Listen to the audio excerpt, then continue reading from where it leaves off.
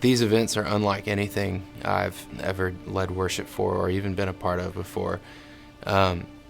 Leading worship while someone is working with a horse is extremely unique compared to a typical church service, obviously. And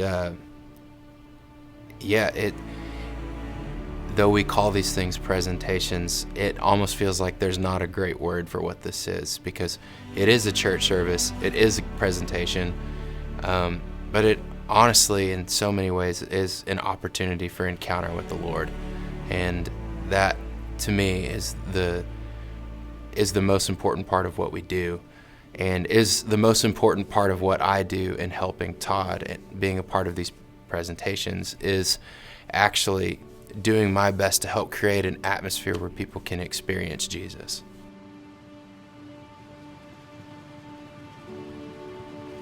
The God that has an actual name is the one that wants to call you a son. I would like to introduce my friend. He is the finder of fishing poles. Man, oh man, he's one of my best friends in the whole world right now. I just love this guy. But he's the man. He works for the master. He's the king, the kid, the big dog, the big onion, the big kahuna. He's a fire, brimstone, preaching, Bible thumping hammer.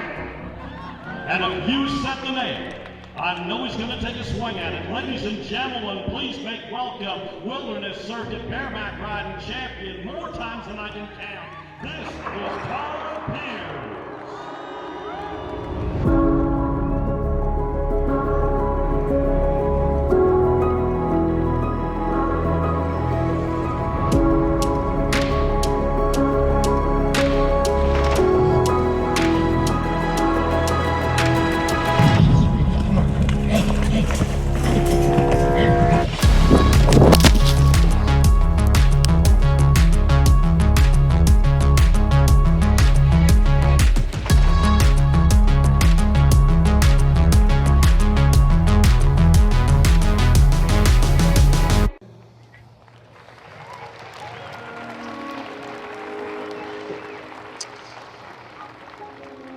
Wow, what a beautiful evening. You're welcome to sit down. The first time that I witnessed Todd Pierce ever, I watched a man wash the feet of a horse, and it wrecked something inside of me that I never understood, but I related to on a personal level. He is the best man I've ever met. For me, he is my best friend. He is someone that I run to. I don't really know what's going to happen other than I'm going to do my very best to just be honest with you and be honest with her. So with all of his familiarity of people, and you might just say that he's only interested in what I can do for him. He wants me to feed him, pet him, do all the stuff that we all want.